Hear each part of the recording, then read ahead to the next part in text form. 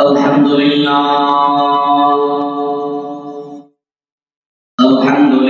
alladzi a'lama 'aliman 'ilm wa 'alamahu wa adabahu sya'ir asy-syar'i wa aqamahu ma'as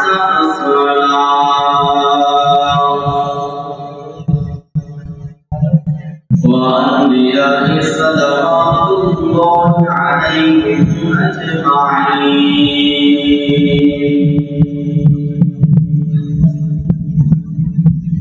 أما بعد فأعوذ بالله من الشيطان الرجيم بسم الله الرحمن الرحيم اقرأ باسم ربك الذي خلق خلق الإنسان من علق اقرأ وربك الأكرم الذي علم بالقلم علم الإنسان ما لم يعلم وقد قال الله تعالى في كلامه المجيد الرحمن علم القرآن خلق الإنسان وعلمه البيان اللهم صل على محمد وعلى آل محمد سبحانك لا علم لنا إلا ما علمتنا إنك أنت العليم الحكيم اللهم صل على محمد وعلى آل محمد كما صليت على إبراهيم وعلى آل إبراهيم إنك حميد مجيد اللهم بارك على محمد وعلى آل محمد كما باركت على إبراهيم وعلى آل إبراهيم إنك حميد مجيد يا أنصر الصالحين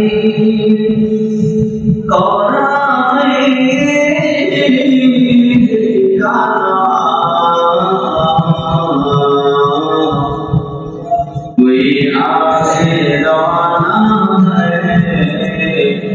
कोई पीछे रवाना कोई आगे रवाना है कोई पीछे रवाना ला इलाहा इल्लल्लाह ला इलाहा इल्लल्लाह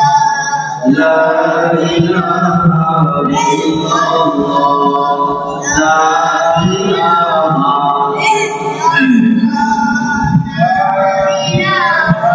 इल्लल्लाह ला इलाहा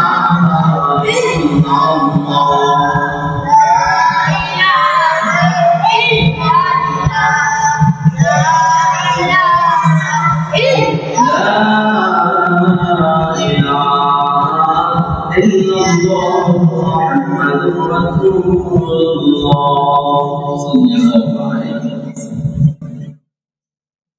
Alhamdulillah Allah Ta'ala darbare lakh syukriya hai कि Allah Ta'ala আমাকে আপনাকে দুনিয়ার সমস্ত ফিতনা ফাসাদ থেকে যাচাই বাছাই করে জুমা নামাজকে লক্ষ্য করে মসজিদে আসা বসা তৌফিক দিয়েছেন সেজন্য সকলে নিজের সর্বোচ্চ আমল দিয়ে একবার আল্লাহ তাআলার দরবারে শুকরিয়া করি আলহামদুলিল্লাহ। প্রিয় উপস্থিতি, আজকে আপনাদের সম্মুখে আলোচনা হবে এলএ দিন সম্পর্কে। এলএ দিন শিক্ষা করা আমাদের উপর কতটুকু গুরুত্বপূর্ণ দুনিয়াতে চলতে গিয়ে একটি দিনের দরকার আছে না নাই, জান্নাতে যাওয়ার জন্য একটি দিনের দরকার আছে না নাই। দুনিয়ার জ্ঞান দুনিয়াতে চলার জন্য যেমন গুরুত্বপূর্ণ,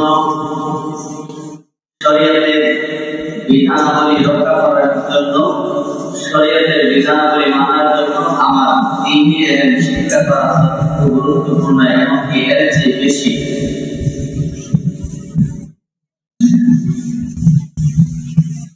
জ্ঞান একটা অত্যন্ত গুরুত্বপূর্ণ একটা বিষয়, যেটা আল্লাহ তাআলা সবাইকে দেয় না, যারা চায় তাদেরকেই দেয়, যারা জ্ঞান অন্বেষণ করার চেষ্টা মেহনত করে তাদেরকে আল্লাহ তাআলা দিয়ে থাকে। এই জ্ঞান পৃথিবীর কোন মানুষ কোনো কিছু জানত না, এই জ্ঞান একমাত্র আল্লাহ তাআলার কাছ থেকেই এসেছে, তিনি সব কিছু জানতেন। পৃথিবীর শুরুতে যে আদম নবীকে পাঠিয়েছিলেন, আদম আলাইহিস সালাম কিছু জানতেন না, তাকে জানিয়েছিলেন আল্লাহ তাআলা। আমাদের নবীর ক্ষেত্রেও এই কোরআনের জ্ঞান আল্লাহ তাআলা নিজে পাঠিয়েছিলেন, দ্বীনের জ্ঞান আল্লাহ তাআলা নিজে পাঠিয়েছিলেন। আমাদের নবীজি নবুয়ত পর আগ পর্যন্ত তিনি পূর্বের নবীর অনুসরণ করতেন, এমনকি অধিক পরিমাণে ইবাদত করতেন। আল্লাহ রাসূল ওনার ইবাদত সম্পর্কে কিতাবের মধ্যে লেখা আছে, তিনি 2-3 দিনের খাবার নিয়ে গায়ে হেরার মধ্যে চলে যেতেন, সেখানে গিয়ে দিন রাত ইবাদত করতেই থাকতেন, বাসাতে ফিরতেন না। এমনকি 2 দিন পরে পরে খাদিজা রাদিয়াল্লাহু তাআলা আনহা আল্লাহর রাসূলের কাছে খাবার নিয়ে যেতেন, শুকনো খাবার, খেজুর এবং রুটি এমন জাতীয় শুকনো খাবার নিয়ে যেতেন। আমি ইতিহাস তুলে ধরব সংক্ষেপে। আমাদের যে ধর্মীয় জ্ঞান কোথা থেকে এসেছে, কোরআনের অবতীর্ণ শুরুটা কিভাবে হয়েছে সেটা থেকে।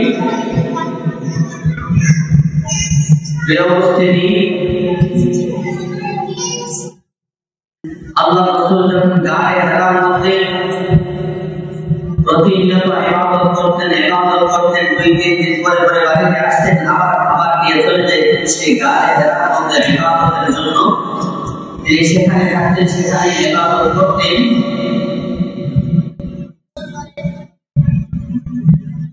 একদিন আল্লাহ রাসূল আকাশের দিকে তাকিয়ে গায়ে হেরার মধ্যে সেখানে থাকা অবস্থায় তিনি আকাশের দিকে তাকাইলেন, তাকিয়ে দেখতে পাইলেন একজন ফেরেশতা তার দিকে তাকিয়ে রয়েছে। আল্লাহ রাসূল তো কখনো এমন পরিস্থিতিতে পড়ে নাই, কখনো দেখে নাই।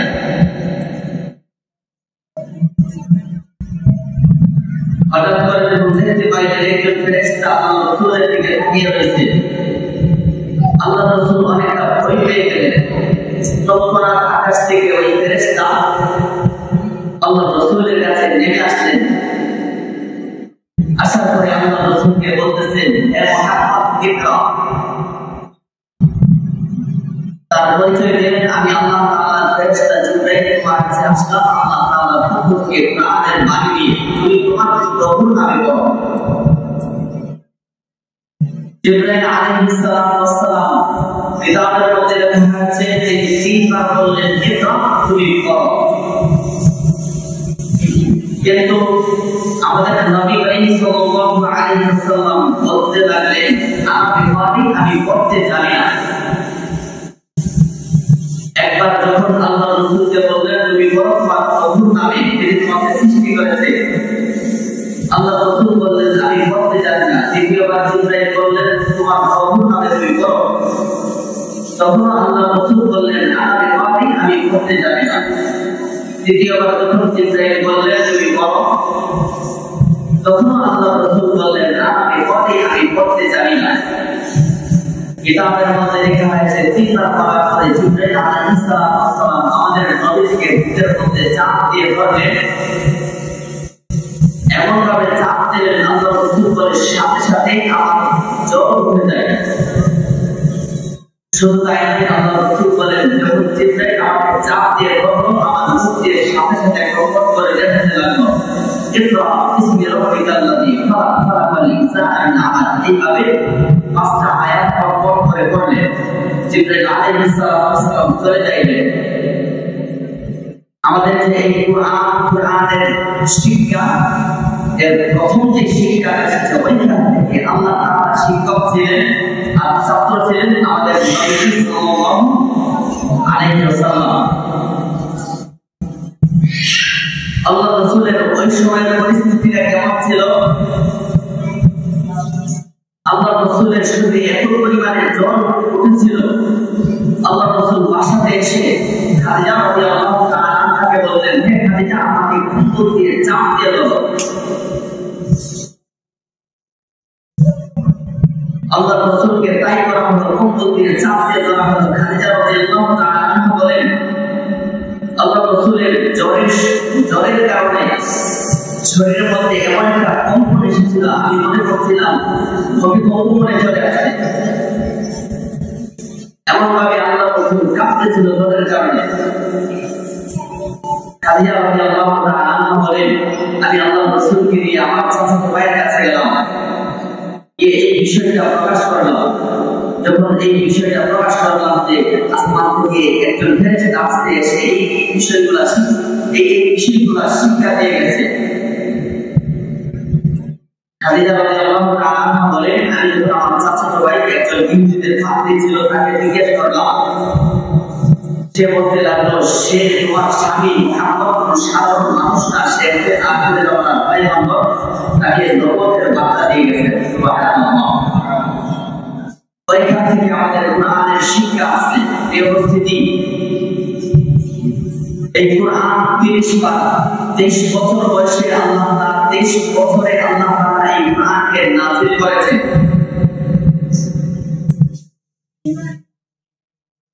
আল্লাহ তাআলা যখন রাসূলের উপর যতটুকু প্রয়োজন মনে করেছেন ততটুকু নাযিল করেছেন।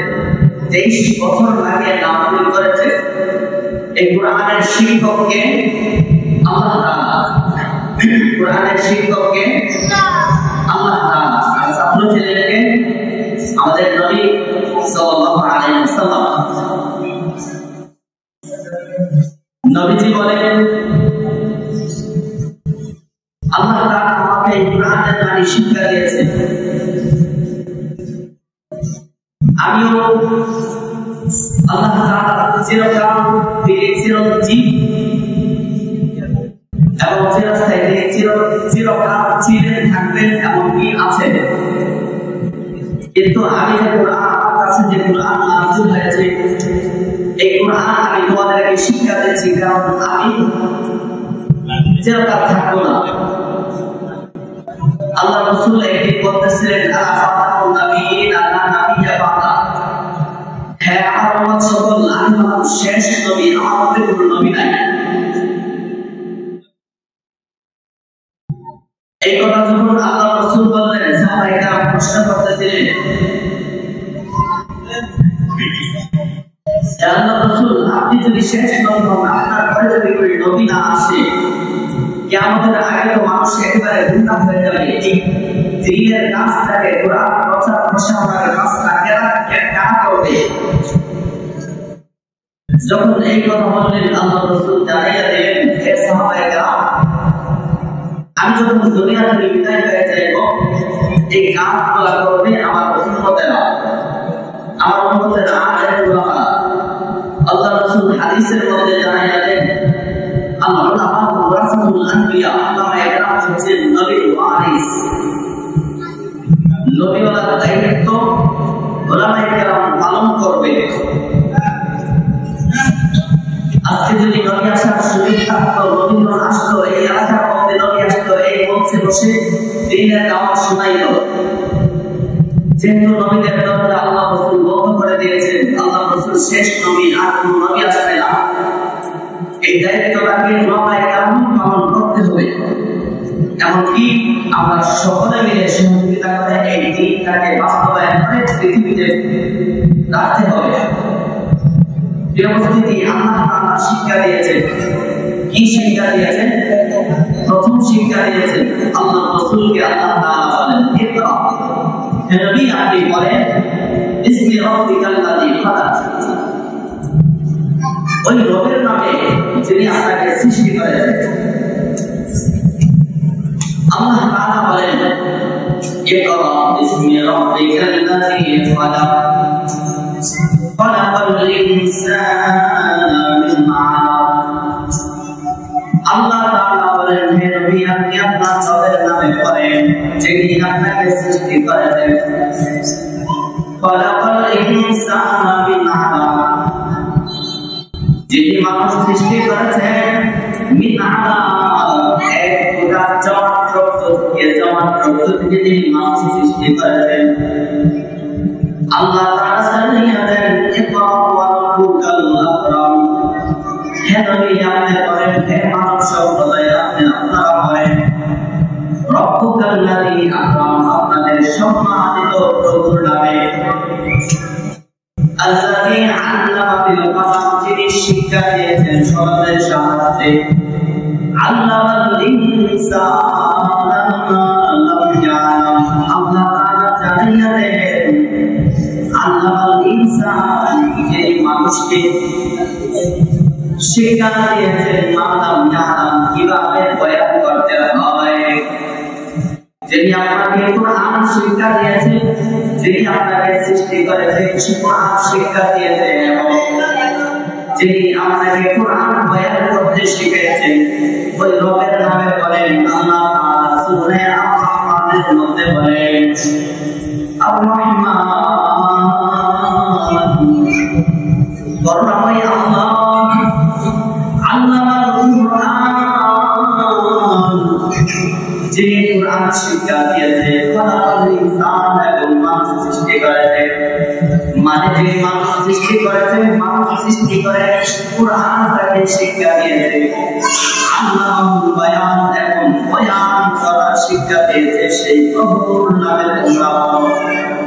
মুসলমান ভাইরা আমার, আল্লাহ তাআলা বলেন আল্লাহ তাআলা কোরআন পড়ো, আল্লাহ তাআলা কোরআন আল্লাহ তাআলার বিধান শিক্ষা করার কথা।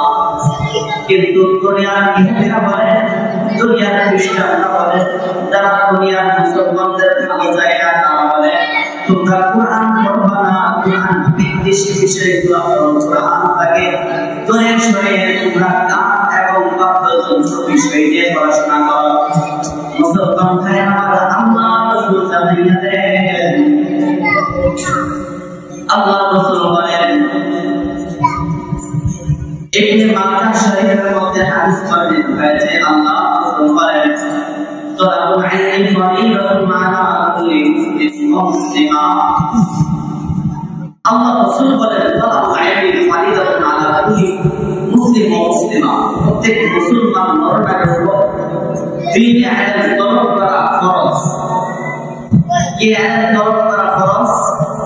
দ্বীনি ইলম, দ্বীনের ইলম শিক্ষা করা আমাদের উপর কি?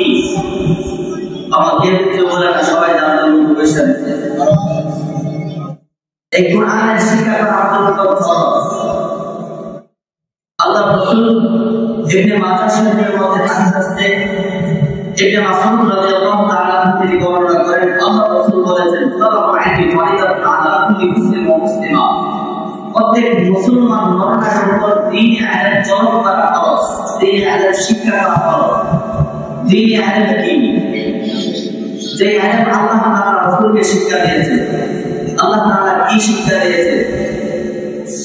ইকরা বিসমি রাব্বিকাল্লাযী খালাক খালাকাল ইনসানা মিন আলাক ইকরা ওয়া রাব্বুকাল আকরাম আল্লাযী আল্লামা বিল কলম। আল্লাহ তাআলা শিক্ষা দিয়েছেন কোরআনের বাণী, কোরআন তাকে শিক্ষা দিয়েছে। ওই কোরআনের বিষয়ে আমাদের শিক্ষা করা আমাদের উপর ফরজ, মুসলমানদের উপর ফরজ।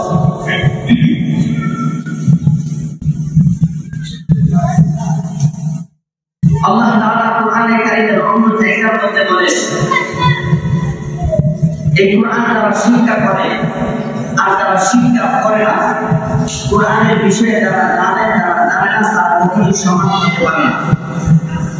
আল্লাহ তাআলা সূরা জুমারের 9 নম্বর আয়াতের মধ্যে বলেন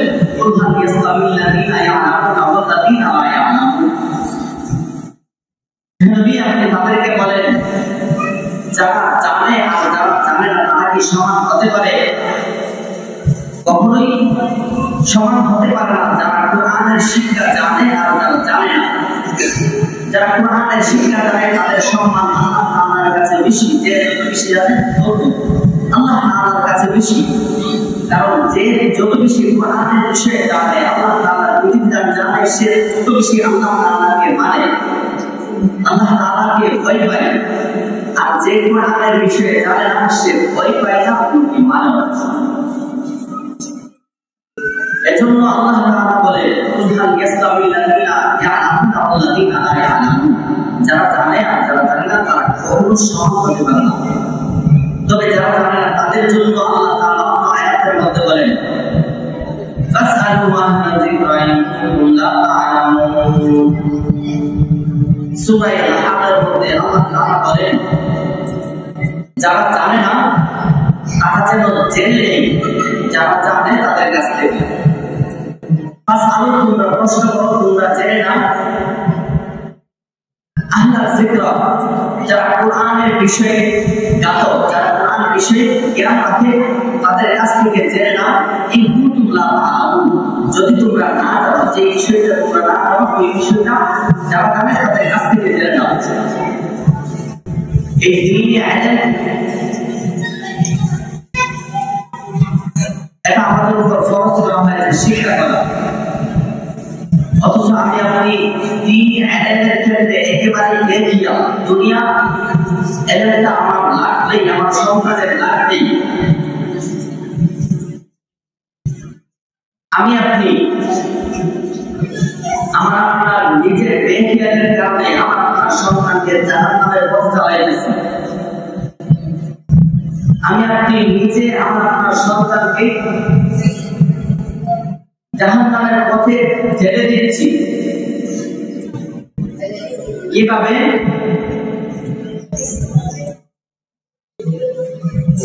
আল্লাহ তাআলা বলেছিলেন কোরআনের শিক্ষায় শিক্ষিত হওয়ার জন্য। সন্তানের হক আদায় করার ক্ষেত্রে এক নম্বরের শিক্ষা তাওহীদের শিক্ষা, কোরআনের শিক্ষার কথা। সেখানে আমি আপনি কোরআনের শিক্ষা তো একেবারে গুরুত্ব নাই বললেই চলে। তবে দুনিয়ার শিক্ষার প্রতি যেই পরিমাণে গুরুত্ব দিতেছি, দুনিয়ার শিক্ষার প্রতিও গুরুত্বের দরকার আছে। তবে আমার আপনার চোখ কান খুলে দেখে কোনটা সঠিক কোনটা বেঠিক, ইসলামের ভিতরে যেন দুনিয়ার শিক্ষাটা থাকে, সেই শিক্ষায় শিক্ষিত করা দরকার ছিল।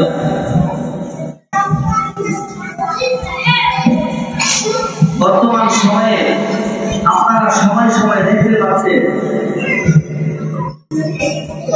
বাংলাদেশের শিক্ষা ব্যবস্থা নিয়ে বিভিন্ন সময় বিভিন্ন ইহুদি খ্রিস্টানদের এজেন্ডা বাস্তবায়নকারীরা বাংলাদেশের নাস্তিক মোর্তাদরা বাংলাদেশের শিক্ষা ব্যবস্থার প্রতি বিশেষভাবে তারা খেয়াল করতেছে।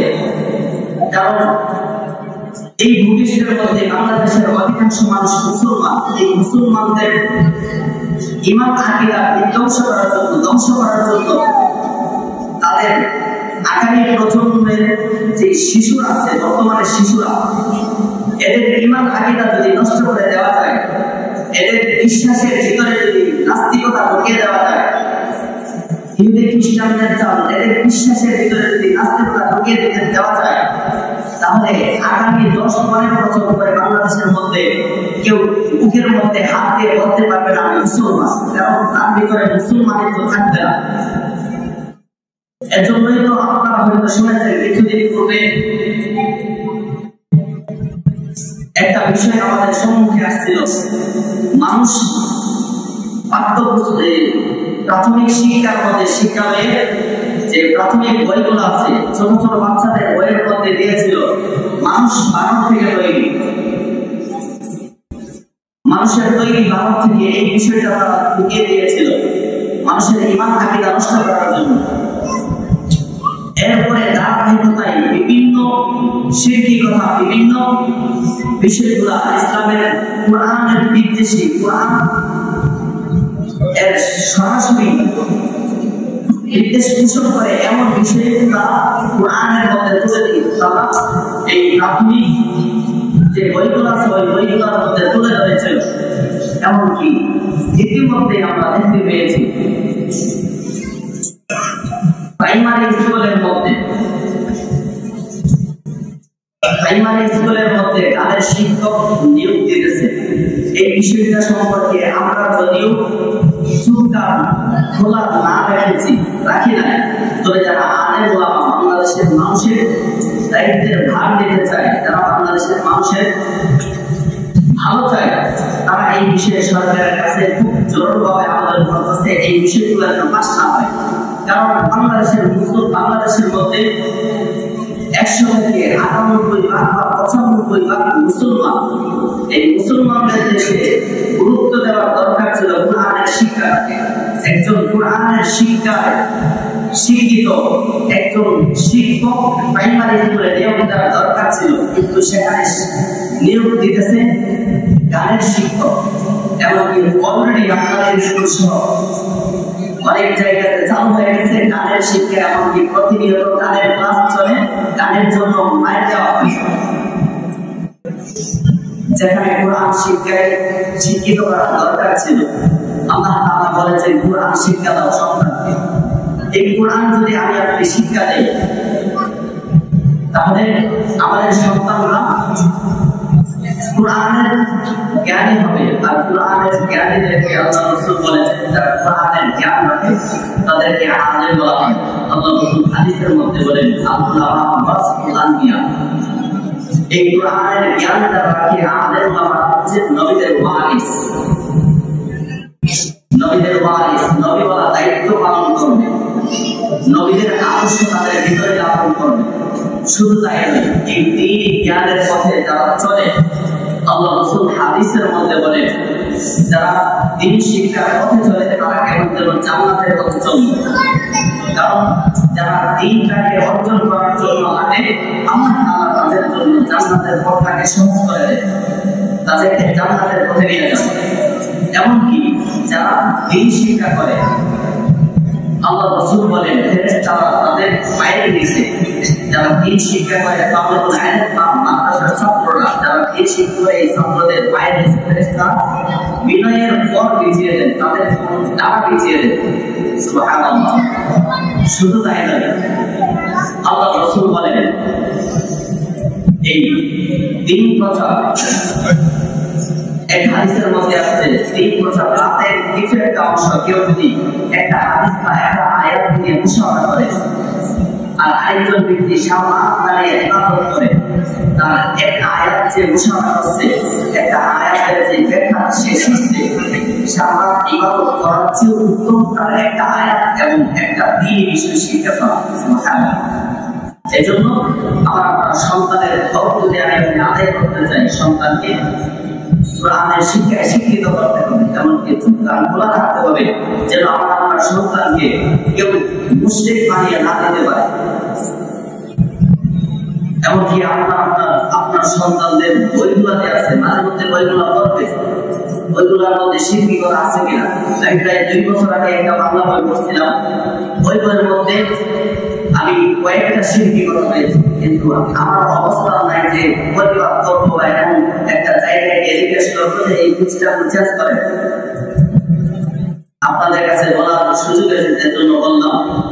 এজন্য দ্বীনি শিক্ষায় শিক্ষিত করা, আমাদের দ্বীনি শিক্ষায় শিক্ষা গ্রহণ করা আমাদের ফরজ।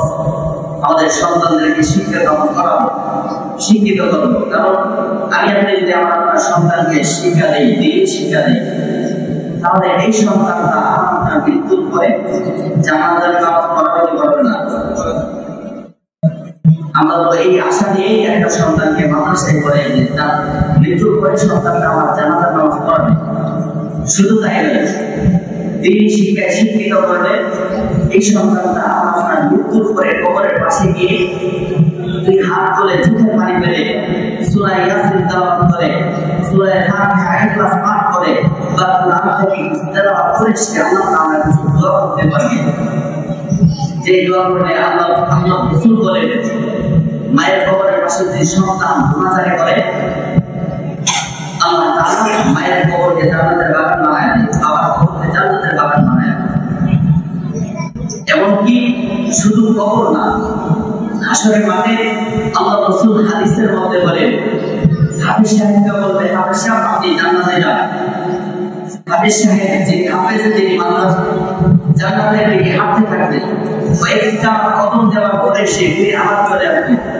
আল্লাহ তাআলা বলবেন, আপনি ফিরলেন কেন? তুমি ফিরতা কেন? তোমাকে তো জান্নাত দিয়ে দিলাম, তুমি দুনিয়ার সামনে আমার কোরআনকে হেফাজত করছো, তোমাকে জান্নাত দিয়ে দিলাম। তখন হাফেজ সাহেব বলবে, আল্লাহ আমি জান্নাতে যেতে পারবো না, আমার মা বাবা। আল্লাহ তাআলা বলবেন,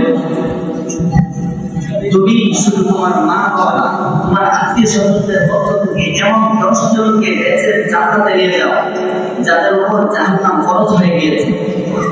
সুবহানাল্লাহ। আর যারা এই কোরআনের তরজমা জানে, শুধু কোরআন মুখস্থ করে না, যারা কোরআনের হাফেজ, শুধু কোরআনকে লালন করছে, তাদের জন্য এই হাদিস। কিন্তু যারা কোরআনের তরজমা জানে, আলেম, কোরআনের অর্থ জানে, লিখতে জানছে এবং অন্যদেরকে দাওয়াত করছে, হাসরের মাঠে তাকে বলতে, আল্লাহ তুমি জান্নাতে যাও, সে একটু সামনে গিয়ে ফিরে আসছে, আল্লাহ আমি তো জান্নাতে যাইতে পারবো না। কেন যেতে পারবো না?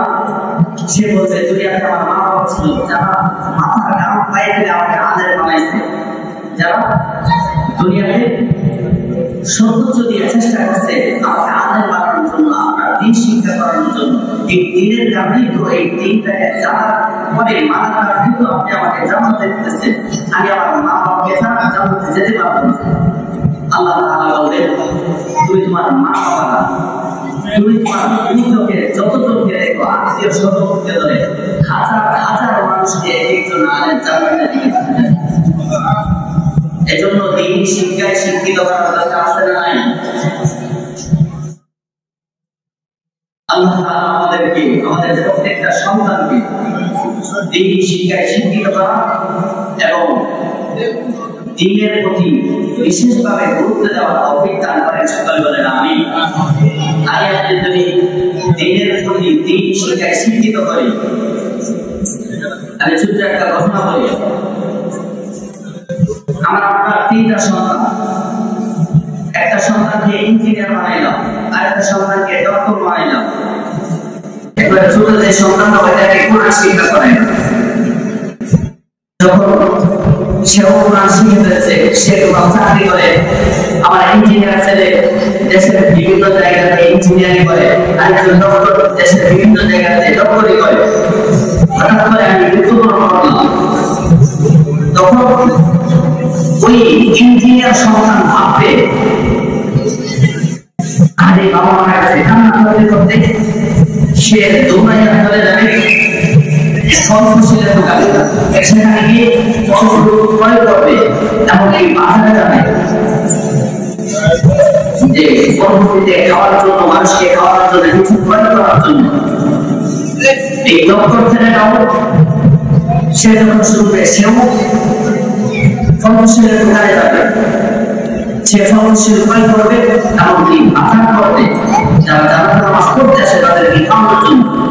কিন্তু যে ছেলেটা কোরআন শিক্ষা করছিল, সে তো কতটা স্বাবলম্বী না, কতটা টাকা পয়সা নাই, 8,000 টাকা চাকরি করে, বাংলাদেশের মসজিদে চাকরি করে। সে ভাববে আমি আর কি, সে এমনিতে আসবে, বাড়িতে আসবে, এসে বাবা আশেপাশে বসে বসে কোরআন তেলাওয়াত করবে। এবার বলেন, 2 সন্তানে 2 হাত ধরে আসছে, আর শেষের সন্তানটা আপনি যে কোরআনটা সে খালি হাতে আসছে। আপনার মৃত্যুর পরে কোন ছেলেটা আপনার কাছে সবচেয়ে গুরুত্বপূর্ণ? যে ছেলেটা খালি হাতে আসছে কিন্তু মাথার পাশে বসে কোরআন পড়ছে, যে ছেলেটা খালি হাতে আসছে কিন্তু মৃত্যুর পরে কবরের পাশে কাঁদছে, দোয়া করছে, তেলাওয়াত করছে।